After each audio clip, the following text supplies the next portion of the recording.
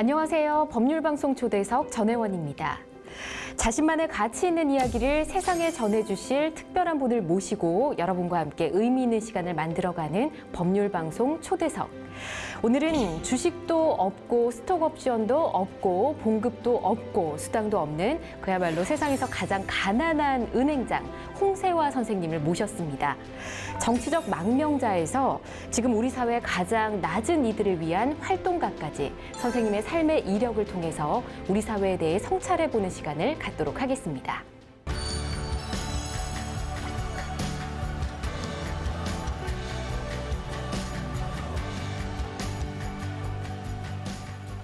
선생님 안녕하세요. 반갑습니다. 네, 반갑습니다. 어서 오십시오. 네, 안녕하세요. 뵙자마자 가장 궁금한 질문을 먼저 드려야 될 것 같은데요. 네. 이게 장발장 은행이 어떤 곳인가 이게 예. 굉장히 궁금합니다. 그 장발장 은행은 생긴 지가 한 6년 좀 지났습니다. 6년 네. 반 지났고 한국에만 있습니다. 장발장 그러니까 이 잘못을 저질러서 벌금형을 받은 분들 중에서 그 벌금을 못 내면 이제 강제 노역을 하러 교도소에 들어가셔야 되는데 그럴 처지가 못 되는 분들에게 그 벌금을 무담보, 무이자, 신용 조회 없이 빌려주는 은행입니다. 네, 그렇군요. 네, 장발장들을 위한 은행이죠. 네. 와, 그러면 소설에 나오는 장발장에서 그 모델을 따가지고 이렇게 이름 지으신 거네요. 네, 네. 레미제라블의 그 주인공, 그 장발장 이름을 딴 은행이죠. 네. 자, 그럼 궁금해지는 게 6년 정도 되셨다고 하셨는데 그동안 얼마나 많은 분들께 또 돈을 빌려주셨을까? 이것도 궁금하거든요. 네, 지금 6년 반 됐는데 1,000명이 좀 넘는 분에게 총 17억 한 7천만 원 정도를 빌려드려서 예. 그분들이 이제 교도소에 가지 않을 수 있게끔 했죠. 그 하루에 이 자유의 값이 얼마인지 아세요? 하루 같이해서 살면 10만 원을 감해줍니다. 요즘 그래서 예. 300만 원 벌금 받은 분이 이 벌금을 못 내면 30일 동안 교도소에 갇히는 거죠. 네. 그러니까 아무튼 자기 수중에도 100만 원, 200만 원, 300만 원이 돈이 없고 가족한테서도 친구한테서도 빌릴 처지도 못 되는 말하자면 사회적 관계가 아주 열악한 분들이 우리 동시대에 많이 있습니다. 네. 네. 그렇군요. 자, 근데 궁금한 점이요. 네. 혹시 갚으셔야 되잖아요. 은행이니까. 그렇죠. 갚는 분은 네, 얼마나 그냥, 되시나요? 네. 그게 이제 그냥 드리는 게 아니고 예. 갚는 거기 때문에 그 지금 말씀드린 1,000명 좀 넘는 분들 중에서 네. 절반 이상 한 600명 가까운 분이 일부라도 갚고 있고 예. 최근까지 202명이 네. 다 갚았습니다. 와, 1,000명 중에 200명 넘는 분들이 네, 그렇습니다. 그래서 이제 지금까지 그게 이제 이 그 장발장 은행을 운영하는 재원은 시민들의 성금이에요. 저희가 돈이 많은 사람도 아니고, 예. 그러니까 이제 이런 프로그램이나 이런 걸 통해서 시민들한테 알려지고 그러면 이제 시민들이 이제 성금을 보내주죠. 그래서 지금까지 한 11,200분의 개인이나 아니면 단체 아니면 교회, 성당 네. 이런 곳에서 13억 한 4천만 원 정도를 보내주셨습니다. 예. 근데 빌려드린 건 17억이 아까 17억 넘잖아요. 7천이라고 하셨는데요. 네, 그러니까 그 얘기는 무슨 뜻이겠어요? 그러니까 상환한 거를 다시 또 빌려드리는 거죠. 그러니까 저희가 빌려드릴 때마다 하는 얘기가 꼭 상환하셔야 같은 처지에 있는 분들에게 또 빌려드릴 수 있습니다. 이 말씀을 주로 하죠. 저희가 뭐 추심을 하는 것도 아니고 네. 상환 못 하시는데 그리고 저희가 볼 때 처지가 워낙 열악하시기 때문에 돈이 생겨도 그 은행 이 장발장 은행에 상환하기보다 더 급한 데 쓸 일이 많으신 뭐 분들이어서 생계를 위해서 쓴다든지요. 그렇죠. 예. 그래서 그 정도의 상환도 하고 있다는 것에 저희는 오히려 예상보다 많은 분들이 상환해주고 계신 게 아닌가 네. 이런 생각을 할 정도입니다. 네. 그렇군요. 조금 전에 또 많은 분들이 이 재원을 모아주셨다 얘기해 주셨거든요. 혹시나 방송 보고 또 동참하고 싶으신 분들도 있으실 것 같은데 네, 어떻게 하면 네. 될까요? 그 아주 간단합니다. 요즘 인터넷 세상이잖아요. 네. 그러니까 인터넷에 장발장 은행을 검색하시면 거기에 당연히 계좌번호가 나옵니다. 그러니까 그 계좌번호를 이용하시면 되고요. 예. 그 다음에 이제 그 장발장 은행을 기획하고 운영한 시민 그 인권단체가 예. 인권연대입니다. 그래서 역시 이제 인권연대를 검색하셔서 거기 회원으로 가입해 주시는 것도 하나의 방법이 되겠습니다. 벌금을 내지 못해서 강제 노역을 하는 분들을 위해서 이 장발장은행을 운영하신다 이렇게 하셨는데 그러면 강제 노역을 해야 하는 그 대상자 인원이 어느 정도나 되시나요? 그러니까 1년에 참 이게 이제 한국 사회가 굉장히 이제 양극화되어 있고 이런 면을 또 보여주는데 벌금을 못 내서 교도소에 갇히는 우리 동시대인이 네. 3만 5천 명 정도 됩니다. 매년. 1년에요? 매년. 그것도 좀 줄어서 네. 그래요.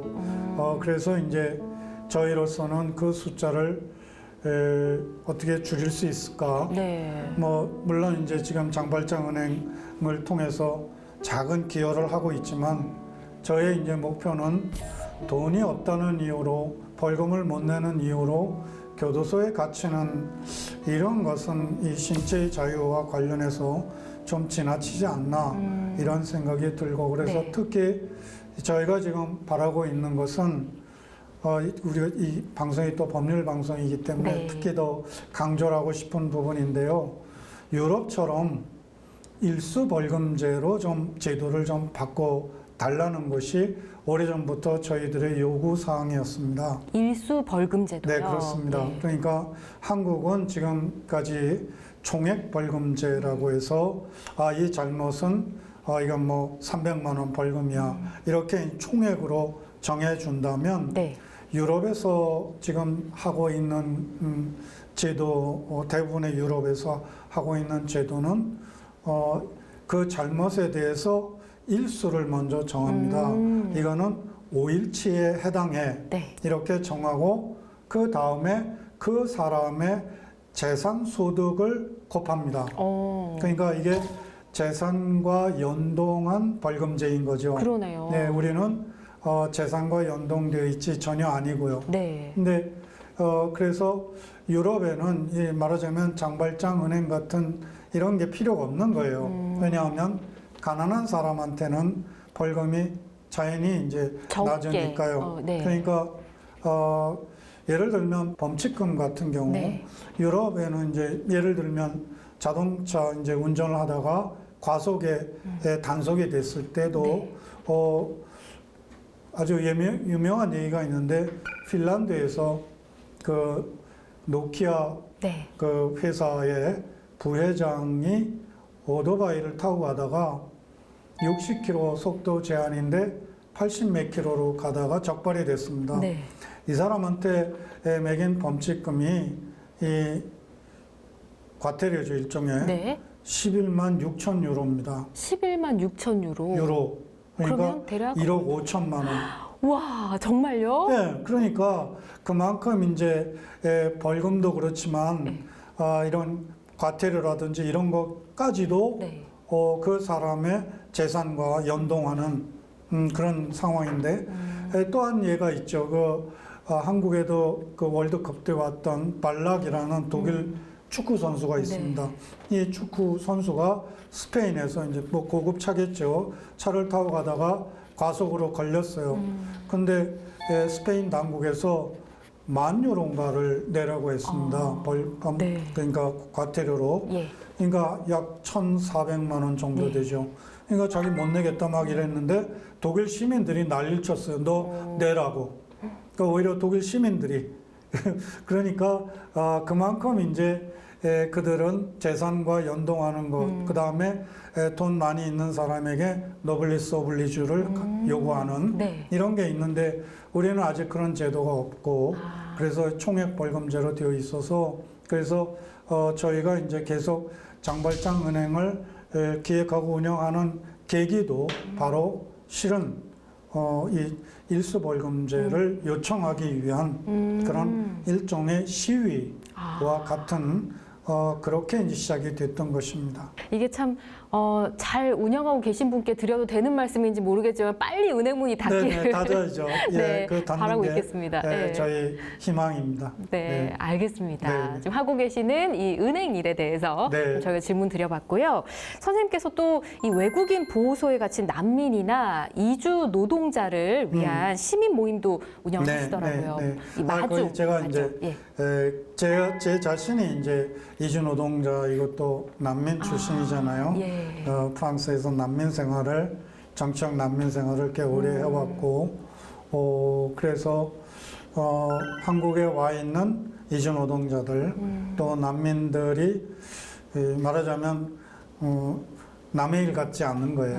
근데 제가 보기에 한국에서 이주 노동자나 난민을 대하는 사회적인 시선 이것은 참 왜곡돼 있고 편견이 심하지 않은가 예. 이런 생각이 좀 들고 그렇습니다. 그래서 제가 이제 이런 표현을 쓴 적이 있는데 한국은 특히 외국인을 대하는 태도가 이중적이다. 특히 그 GDP 인종주의가 적용된다 이런 말을 한 적이 있어요. 그러니까 워낙 이제 한국 사회를 지배하는 게 물신주의이기 때문에 이 물신주의 가치관하고 배타성하고 네. 이게 결합돼서 그래서 우리보다 국민 소득이 낮은 나라 출신들 주로 아시아라든지 아프리카라든지 이런 나라 출신들은 주는 것 없이 좀 깔보는 그런가 하면 우리보다 잘 사는 예컨대 백인이라든지 이런 사회의 구성원들에 대해서는 받는 것 없이 많이 올려다보는 이런 이중성을 제가 이제 GDP 인종주의라는 네. 그런 표현을 썼는데 그게 관철되고 있지 않은가 그런 면에서 저하고 제가 난민이었고 이주 노동자였던 저로서 한국에 와 있는 이주 노동자와 난민들의 상황이 이제 남의 일 같지 않고 특히 그 중에서도 이제 난민들이 지금 뭐 강제 퇴거 명령을 받아서 그 보호소에 네. 갇혀 있는 이분들이 참 너무나 열악하고 그래서 마중이라는 작은 시민 모임입니다. 네. 저도 나중에 거기에 결합했어요. 그래서 그 화성 외국인 보호소에 보호되어 있는 말은 보호되어 있는이지만 감금되어 있는 왜냐하면 한국 이름은 보호소지만 네. 영어로 하면 디텐션 센터입니다. 그러니까 감금소죠. 네. 수용소 기껏해야. 그런데 거기에 이제 갇혀 있는 분들을 정기적으로 면회하는 모임입니다. 거기에 이제 근데 최근에는 이제 그 코로나 때문에 좀 어렵기도 하고 그래도 이제 그 검사를 맡아가면서 코로나 그 PCR 검사를 맡아가면서 지금 저희 그 동료 분들이 네. 계속 그 면회를 하고 있습니다. 네. 그럼 시민 모임 이 마중을 통해서 면회를 가신다고 하셨는데, 네, 그렇죠. 예. 마중 회원들이, 그러니까 마중이 그 의미잖아요. 맞이한다. 네, 맞이한다. 그러니까 이주 노동자, 그 다음에 난민을 네. 배격하는 게 맞이해준다. 아니라 맞이한다. 이런 의미의 마중이죠. 그럼 면회를 가셔서 그분들을 위해서 뭐 어떤 말씀들을 해주시나요? 그러니까 우선 네. 그분들의 저희가 중요하게 생각하는 것은 저희가 뭐 법적인 문제 이런 거를 해결할 능력을 갖고 있지는 않잖아요. 다만 그분들을 만나서 그분들의 얘기를 듣는 것 이것만으로도 대단히 중요하다고 생각합니다. 뭔가 어려움에 처했고 그렇죠. 이런 도움이 필요하고 뭐 이런 네, 얘기들이요. 그렇죠. 그러면 아무도 없잖아요. 네, 한국에. 그렇죠. 게다가 또 갇혀 있잖아요.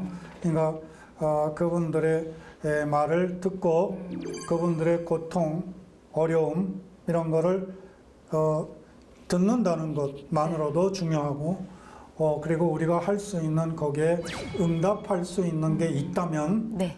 아주 작은 부분이지만 하는 것이죠. 그러니까 예를 들면 뭐 이제 돈도 없고 그러니까 저희가 이제 그 국제전화 카드 이런 거를 이제 제공해 준다거나 예. 작은 기여를 합니다. 그다음에 뭐 믹스 커피, 심지어는 초코파이 이런 것도 먹고 싶다고 네. 하셔요. 그러니까 그런 거, 그다음에 많이 들지 않은 이제 외부 진료 이런 거 정도를 그다음에 뭐 책을 좀 보내달라 그러면 보내주고 하는 그런 일을 하고 있습니다. 그렇군요. 작게나마 굉장히 마음으로는 큰 힘이 될 것 같습니다. 네, 그렇게 애를 쓰고 있습니다. 네. 어떻게 보면 선생님께서 그분들의 마음을 정말 잘 아실 것 같은 게 앞서 또 정치적 망명으로 네, 네. 프랑스에서 뭐 난민 생활 네, 얘기를 그렇습니다. 해주셨는데 네. 또 우리나라 외국인 보호소가 선생님께서 계셨던 프랑스하고 비교했을 때 굉장히 좀 인권 문제가 좀 그렇죠, 심하다는 얘기 그렇죠. 들었거든요. 네. 그러니까 유럽 같은 경우에는 이렇게 물론 뭐 이른바 한국 언어로는 이제 불법 체류자라는 말을 쓰죠. 네. 저희 같은 사람은 불법이란 말 쓰지 않습니다.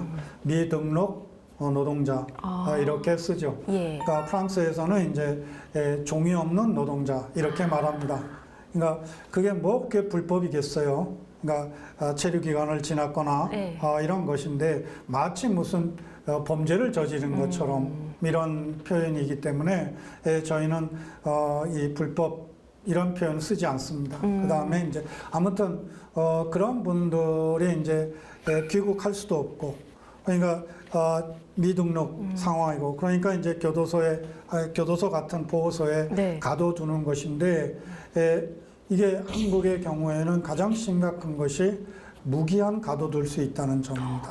정말요? 그러니까 우리가 뭐 법률 하시는 분들은 다 아시는 바와 같이 이 신체의 자유를 구속하려면 네. 죄형 법정주의에 의해서 이 형을 받아야 되잖아요. 근데 화성 외국인 보호소에 갇혀 있는 사람들의 경우에는 3개월마다 거의 자동 연장하는데 그게 법무부 장관령에 의해서 그렇게 됩니다. 네. 법무부 장관령에서. 그러니까 3개월마다 자동으로 연장되는 그래서 뭐 심한 경우에는 뭐 4년 넘게 있던 분도 있었고 그 지금, 안에서요? 네, 거기 보호소 안에. 그러니까 유럽 같은 경우에는 영국을 제외하고는 그렇게 무기한 가둬놓을 수 없게 돼 있죠. 그러니까 가장 당연한 게 신체 보호, 신체의 그 자유, 예.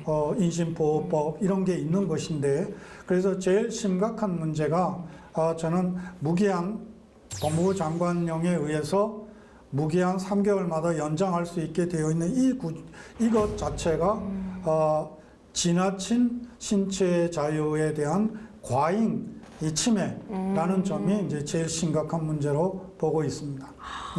그 실은 지금 현재 그 문제가 이 위헌 소송에 2번 제기됐었는데 네.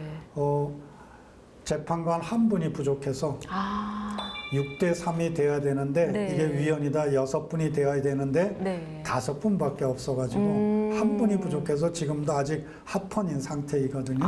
근데 지금 또 그게 지금 위헌 제청이 되어 있는 상황입니다. 지금 화성 외국인 보호소에 있는 장기로 감금되어 있는 이분들은 언제 나갈 수 있을지 모른다는 점에서 정말 거의 다 모든 분들이 병을 얻고 있습니다.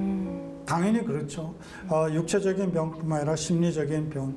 그래서 이 문제는 정말 시급하게 한국의 이 법률을 전공하시면 하여튼 그런 부분에 있는 분들이 좀 간곡하게 신경을 쓰셔서 국가인권위원회도 있고 뭐 인권의 심지어 뭐 선진국 이런 얘기를 하고 있는데 그 지금 화성 외국인 보호소 뭐 화성뿐만 아니라 청주도 있고 여수도 있고 그런데 이 문제만큼은 좀 빨리 해결이 됐으면 극복이 됐으면 하는 그런 바람을 갖고 있습니다.